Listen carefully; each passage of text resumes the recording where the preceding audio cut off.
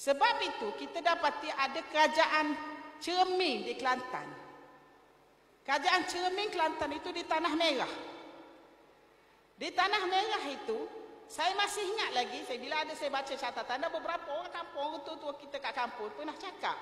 Dia kata, pada tahun 1300 AD itu, Ibnu Battutah pernah sampai ke Kuala Kerai. Ibnu Battutah pernah sampai ke Kuala Kerai 1300, dan Ibnu Battutah memang hidup dalam lingkungan itu. Ya, ketika dia sampai di Kuala Kerai itu, bagaimana dia boleh sampai ke Kuala? Dia lalu daripada Sungai Batu, sebab waktu itu orang tak lalu lagi di Selat Melaka. Selat Melaka masa tu dia bertangkuk lagi. Dia hanya boleh dilalui sekitar 4 century of AD, 4th century of AD. Maksudnya pada tahun 500 AD barulah dia boleh dilalu. Jadi justru di mana orang lalu seperti itu? Orang lalu melalui Sungai Batu tu, Kedah Tua itu.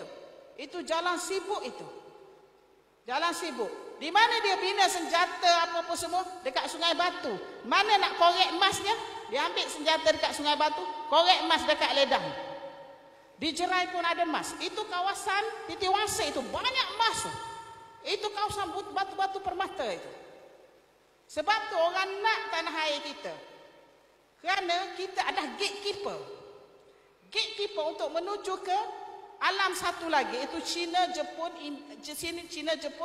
Taiwan. Jadi kita ni ada tiket.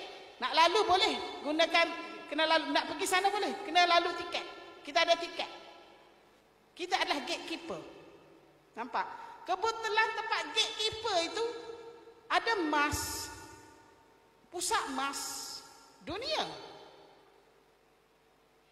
Pusat emas dunia. Dan saya ingin bawa sedikit ya, macam mana boleh tahu ada emas ni? Sebenarnya dia wujud dalam kitab-kitab tua. Bukan dalam Bible. Bible tu baru je. Dia kan catat, ambil daripada kitab-kitab yang sebelum itu. Ini dalam kitab-kitab tua. Saya ada baca dalam kitab, saya baca dalam kitab Al-Arab, Al-Mufassal Tarikh Al-Arab Qabla Al-Islam oleh Profesor Dr. Jawad Ali. Kitab itu dalam 12 jilid. Ini disebut dalam jilid pertama saja. Dia kata Sulaiman alaihissalam telah mengerahkan orang-orang Phoenician, orang Lebanon tadi. Dalam Eropah Hawasa disebut benda ni. Dia kata telah mengarahkan orang-orang Phoenician untuk membina kapal. Ya. Untuk membina kapal, untuk beliau berlayar, untuk mencari kayu-kayu, untuk beliau mencari, untuk baginda mencari emas dan batu-batu permata. Jadi dia telah melantik orang Phoenician ini sebagai kapten kapal. Dan benda ni tally ya dengan apa yang ada dalam Eropah Hawasa. Dalam Eropah Hawasa disebut lagi nama orang, nama kapten kapal tu yang menjadi sahabat baik kepada Nabi Sulaiman. Itu. Jadi mereka telah datang ke sini untuk mengambil emas. Kalau ikutkan daripada tarikh ya Syekh, Nabi Sulaiman ni sekitar 980 BC. Dia kena ingat, sesudah zaman Ibrahim AS, kalau ikut kajian saya, data yang saya buat ialah genealogi itu, Ibrahim AS 2000 BC. Maknanya 2000 BC, Keturah juga 2000 BC. Keturah kan nama isteri Nabi Ibrahim yang ketiga. Dan Keturah ini adalah telah melahirkan 6 orang anak. Dan di sini kita boleh baca hadis ya. Minta PowerPoint ya. PowerPoint hadis. Kenapa dia? Okey. Ke atas. Azan. Pukul azan? Azan. Kita stop dulu. Okey, stop sekarang. Okey. Saya stop dulu untuk azan.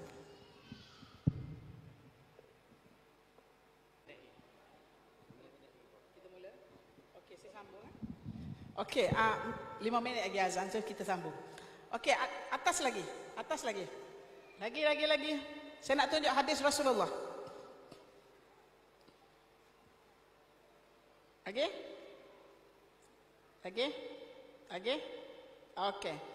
Okey, saya tak baca yang atas tu, saya baca yang kuning saja. lagi yang tahap ya.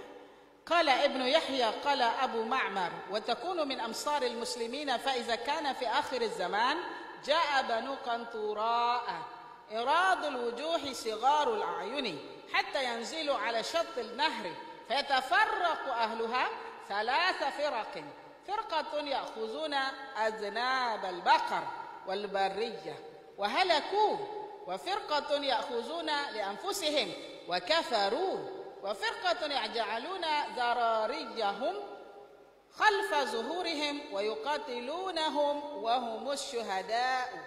Terjemahan? Okay. Di akhir zaman, keturunan Qantura akan datang dengan muka yang lebar dan mata yang kecil dan turun ke tebing sungai. Penduduk kota itu kemudian akan berpisah menjadi 3 bahagian. Yang satu akan mengikuti lembu, yakni menjadi penggembala lembu dan diam di padang rumput, pada pasir rumput, lalu binasa. Ini Mongol. Okay.